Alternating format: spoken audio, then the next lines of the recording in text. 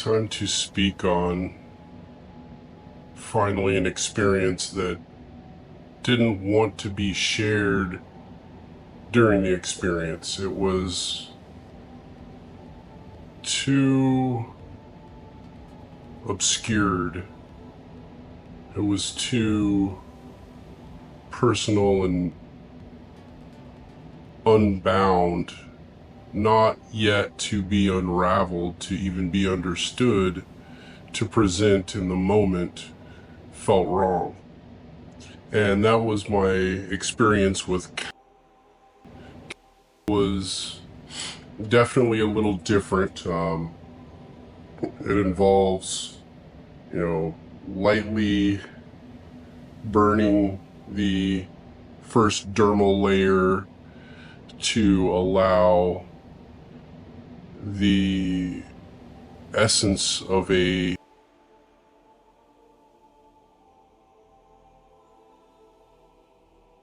excretions to be able to permeate into your largest organ of your body, which is your skin. And from there, it reminds me of the essence of how light enters into a tree's leaves and is instantaneously dispersed throughout the entire tree.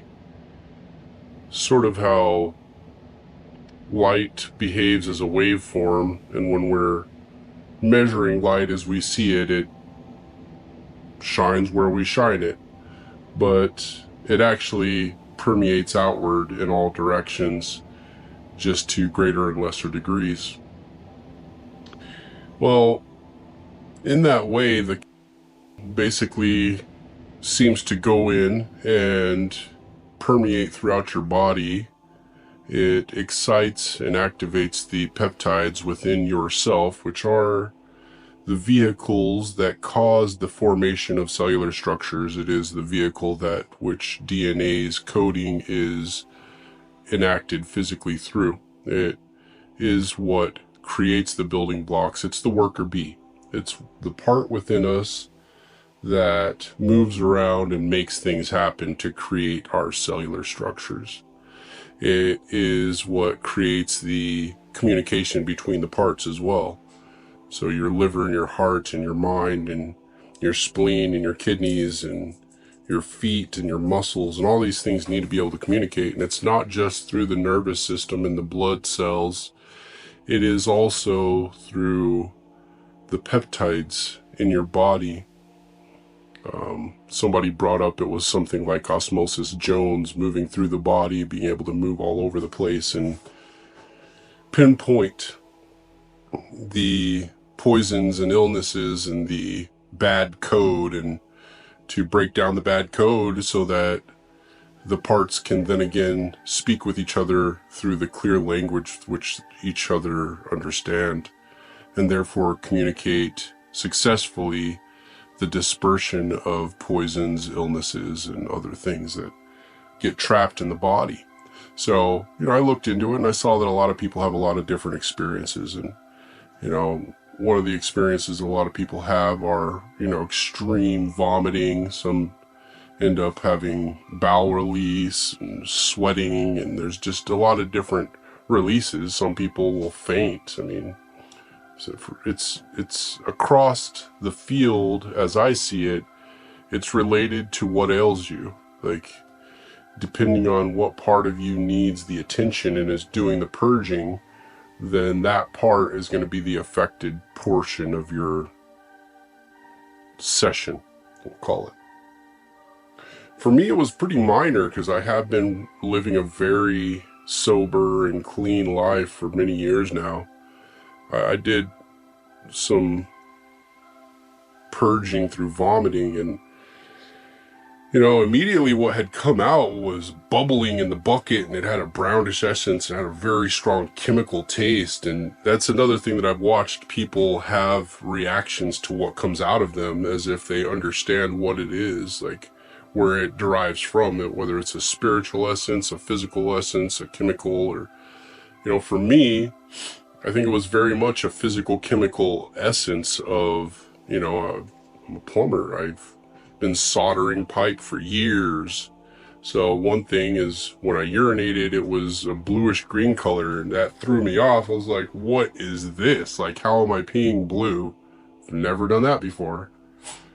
But, you know, my buddy, Baco, he had mentioned, he's like, well, I mean, you soldered, right? Like, you used acids and flux. I was like, oh, dude, that's why my vomit was bubbling like acid. I mean, yeah, you're purging acids out of your stomach, but this was acid, like bubbling, psh, and it had a very chemical taste, and the familiarity of that chemical only became into my awareness of what it was after he had said, oh yeah, you know, what chemicals are you around a lot and what you do at work.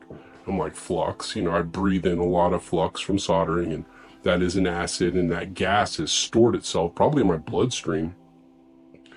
And I purged that, you know, I purged a lot of acid out of myself, and I urinated this blue-green, which is, you know, from soldering pipe. I'm always touching copper and the copper dust all over my hands and stuff. And I'm sure I purged a bunch of copper out of my bloodstream as well and out of my body.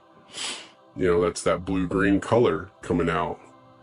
And, you know, there's not just the physical aspect, though. There's also a metaphysical, spiritual essence about it. And that's why it took me so long to do a decompress and kind of disseminate what has happened and the occurrences thereafter, you know.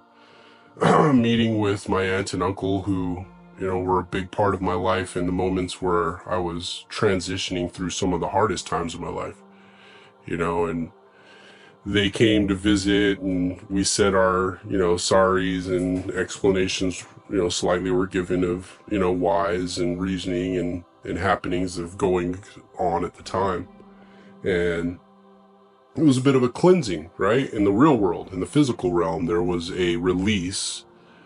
And, you know, was that just happenstance that they came through at the time that I was doing this major purging ceremony?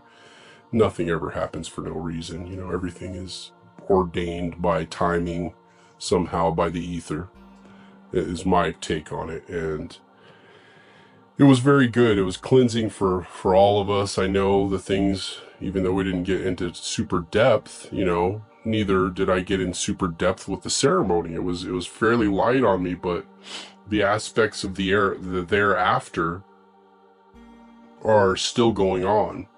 You know, it made me also face some shadow aspects, again, of my own, you know, where me dealing with other people, you know, I know very outwardly that we cast our shadow onto others. Those parts of within ourselves that we do not like to face, we see them presented in others as they are imposing on us, but it is really a reflection of our own selves. And, you know, I saw some of that in my work relationships that I was really having trouble dealing with on one-on-one basis, started to come clear to me. And I started to realize, you know, some of these aspects are aspects of myself that in my past I used to hold strong and behave in the same way. And I've changed so much that I've also cast that to the wayside and almost shunned those parts of me where they're still part of me. And it's not like those parts of me are bad. It's just I've deemed them as dangerous almost, because those are the parts of me that like to party and cut loose and treat women as things, and, you know, behave in a very loose and flip manner and say things that cut rather than slap, you know. And I've been so good for so long with being mild and meek and in my demeanor, and being kind purposefully and not hurting others. And but sometimes, you know, as I have been preaching and saying, you know, about my journey into shadow and then back into the light and back into shadow and back into the light, is that I know sometimes you got to go into the dark and be that dark. And being that dark sometimes is ugly, you know, and it's not bad to sometimes lash out with what needs to be said, but you don't have to do it in a cruel and cutting way, you know, and that's what I'm learning is the part of me that was so blunt still needs to be expressed. It just doesn't have to be expressed with the same fervor and lack of restraint, you know. I can still say what needs to be said and express the things that need to be expressed, but in a safe and nurturing manner I can. And that's what I'm learning out of this experience, is to not withhold as much as I have for the sake of holding back something that I've deemed to be dangerous in myself, dangerous in my behaviors, you know, and my alcoholism and drug use and, you know, smoking weed and all those things that I used to do on the daily, and going to strip clubs and partying and, you know, treating females as if they were, you know, just a condiment, which is at this time, you know, I've been celibate for so long and going through this self-imposed hermetic existence to learn what it is to have that quietude and go without, in many ways, not just sexually, but in the expression of others' presence on a daily.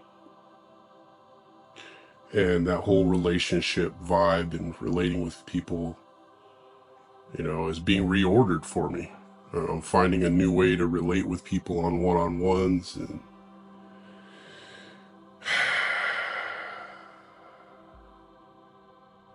I'm really appreciating people on a different level than I ever have, which is the goal. You know, I've lived a life that says people are all mean and they all suck, and, you know, use them before they use you, hurt them before they hurt you. And then I just retreated to just stay the fuck away from everybody. Don't hurt anybody and don't let them hurt you. And now I'm coming back to a place where I'm like, okay, I trust me and I trust them. How do we get along now? Let's figure out a new way. There's got to be a better way, right? So let's figure out how to get along now. And I'm doing it, and it's working well. And I want to say the ceremony was a big part of that, opening the door to that new perspective. As Baco says, you know, it's like the facets of a diamond, and see a different facet now. There's a new light, you know, that other light was blue light and this one's a yellow light, you know, can't help but tell there's a difference in the perspective when the vibration is completely different. And that's what I'm going through right now through this. Is it didn't just bring a mental change in my alchemical process that I'm going through. It's a spiritual and a presence change in my shadow aspects of embodying another aspect of myself rather than shoving it in the corner and saying bad. Like, you can come out of the corner, just be good, you know, be cool. You don't have to be mean. You don't have to be harsh. You can tell people what you think. We're going to allow your perspective again. And this is another Jungian thing, you know, you embody that part of you and you give it a face and you give it its own personality, and then you talk to it and you allow it to express itself. And it makes you seem crazy, but it also helps you work through it. So who cares what other people think? Madness is a step away from genius, or they're cousins, or they're related, or you can't be one without the other some which way. Who knows? Either way, embodying that other part of me and bringing it along the ride is, you know, it's like I'm gathering the parts of myself on this whole self journey, and I've taken up the little me and I've taken up teenage me, and now I'm taking in, you know, what I've always kind of looked at as animal me, you know, my feral self. And I'm bringing my feral self back in. Feed the feral light, consume the dark, shape you in something fantastic, something crazy, and achieve new heights. Feed the feral light.